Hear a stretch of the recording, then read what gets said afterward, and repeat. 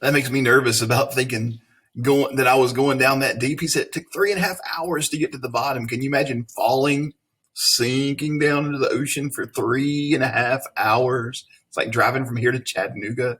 Shoo, I would be scared. I'd be scared I couldn't get back up. Anyway, that was a pretty amazing video. So somebody else now has gone to the bottom of the Mariana Trench to challenge your deep that we've been reading about. So interesting video. We'll try to put one on each day this week so you can learn more about the Mariana Trench as we're reading about it. Let's begin by reviewing our vocabulary for this week. And the first word is trench, and that's a long, narrow groove or ditch. The runners had to be careful not to fall into the trench on the side of the road. Summit and trench are kind of like opposites, aren't they? They're kind of antonyms. Trench is a bottom, a very deep area, and summit is a very high area. It's the summit of a mountain's top or highest point. He was one of the few explorers to reach the summit of Mount Everest. The word is thrive. When living things thrive, they grow well and they're healthy.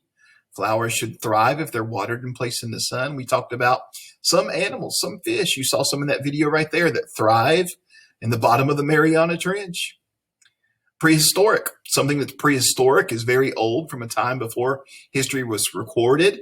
Dinosaur fossils are from prehistoric times. Some of the fish at the bottom of the Mariana Trench look prehistoric, our text says. Vital. If something's vital, it's needed or very important. Food and water are vital for survival. What kind of vital things do you think he needed inside that submarine, that submersible? He had to have some oxygen in there, didn't he? And that was vital to have some oxygen. If he was there 12 hours, do you think he had some food in there? Probably, at least something to drink, maybe, right? Maybe a little snack. That would be vital if you're going to be somewhere for 12 hours. What else would be vital? Well, remember we talked about the pressure of the water is like hundreds of elephants. So it was vital that that submersible could withstand that pressure. It had to have thick enough metal on the outside to survive the pressure. So lots of vital things there. Glimpse. Glimpse is a quick look at something. Even though he was on the bottom of the Mariana Trench, he kind of just got a glimpse because he was only there for 4 hours. You couldn't see much of it in 4 hours, could you? A quick look at something. Some animals are so fast you can only get a glimpse of them as they run or fly past you. We just saw we saw the guy in the submersible, like a submarine going underwater, very deep parts of the ocean.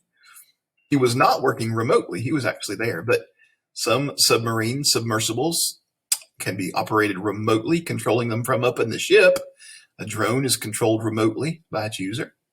Then autonomous, some of those submersibles are autonomous. They control themselves. People send autonomous robots to areas that are too dangerous for humans. Hey, so these are our 9 vocabulary words for this week. We've got the definitions in our book, but what if we didn't? And what if we didn't know what a word meant? What if you're reading a story and you're really interested in it, and you've come to a word and you've tried to use context clues.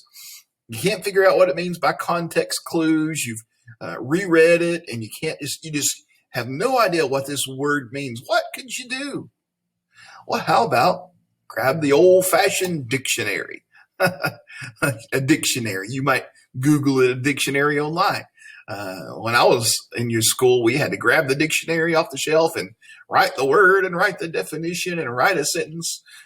School's changed a lot, but a dictionary is a type of reference source. Reference sources when I was growing up were dictionaries and encyclopedias and atlases, books of maps. All of those were reference sources, but times have changed so much. You don't go grab those. If you can look up things online, you can use your GPS instead of using a map to find where you're going. So time has changed a lot. These reference sources can still be very important to us. A reference source is a source that gives general background information, such as dates, facts, definitions. A dictionary is a reference source that can be used to determine the meaning, part of speech, syllabication, and pronunciation of an unknown word. So let's look at examples here. Here's 3 of our words. This autonomous, let's say we didn't know how to say that. This is the pronunciation of it. So it goes ton. It's dark there. That means that's the syllable you accent. Autonomous. It is an adjective. We know what an adjective is. We studied them last week in our poetry, or 2 weeks ago in our poetry week. Autonomous, something that's autonomous. It can control itself. An autonomous robot. It's an adjective describing robot. So it tells the part of speech. It gives the meaning. Okay, glimpse, it's a verb. We glimpse, we look quickly at something we do, it's a verb. Glimpse, it says, to get a brief look. And then summit is a noun. It's a place, person, people, place, and things are nouns, right? Summit. So you accent that first syllable. Here's the syllabication. It's got 2 syllables, it. The bold one is the one you accent. It's the highest point or peak.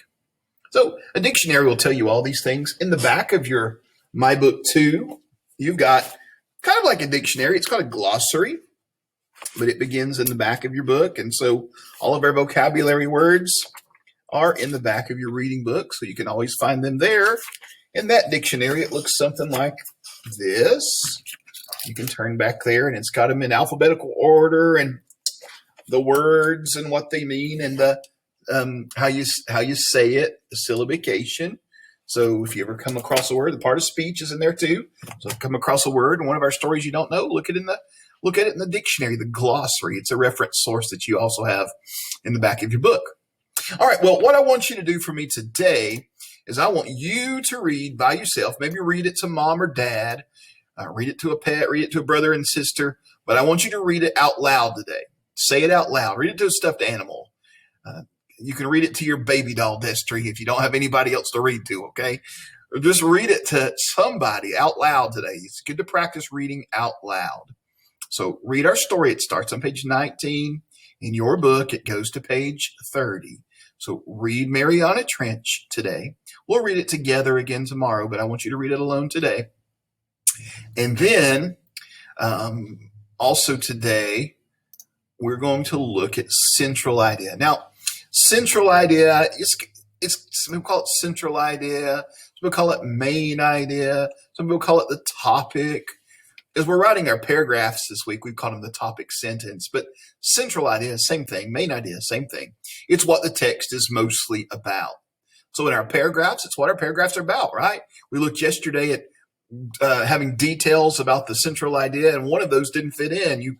You found yesterday that sentence that didn't fit in was didn't match the central idea. It didn't match the topic sentence. It didn't fit in that paragraph. So details should be all about the central idea. To find a central idea, we look for text clues like headings, visuals. Often it's the first or last sentence in a paragraph. There's repeated words. Remember, a central idea is the main part of the paragraph, and then it has details that support it, like this. These legs are supporting this table. And it could be for a paragraph like we're writing, but it could be a whole story as well. We evaluate details to determine the key ideas that support the central idea. So those details, we evaluated them yesterday and see which sentence did not support the main idea. We took it out. Examples, facts, evidence, description. So you can have examples of why the main idea is what it is, facts about it, evidence about it, description about it. Well, that's exactly what you're going to do today in your paragraph writing. Now, you've got 2 assignments for me today. First off, you'll need to go to your assignment and match these vocabulary words with their definitions. There's 9 of them. Make sure you do it correct. Do them correctly. Use your book. Use your glossary. Use a dictionary. You should make a 100 on that easy if you use a reference source. But also, going back to the thought of central idea, we're going to do that in our paragraph writing today. So you'll have this assignment today too. I'm giving you your central idea. Everybody's going to do the same one today. I put up here, it's called topic sentence. It's called a main idea. And what I want you to do, here it is right here. Here's your central idea. Pizza is good to eat. I want you to add at least 4 detailed sentences to this topic. So what kind of detailed sentences, what support it? Well, think about that picture we just looked at. Think about this table. So if our central idea is pizza is good to eat, what are 4 details that support that? They could be examples of why pizza are good to eat. Pepperoni tastes good. I like melty cheese. They could be facts about pizza, that more people like pizza than any other food, if that's a fact, maybe. Evidence, description. Oh, you could really use some good descriptive words to describe pizza, couldn't you? Gooey and hot and steamy and spicy, whatever. Yeah, I'm getting hungry. I got to quit talking about pizza. So that's your assignment today, your paragraph assignment. So I've already indented for you. This is your topic sentence. You start right here and you give me 4 more sentences that are details that support the fact or the topic sentence that pizza is good to eat. Okay. And then also your vocabulary assignment.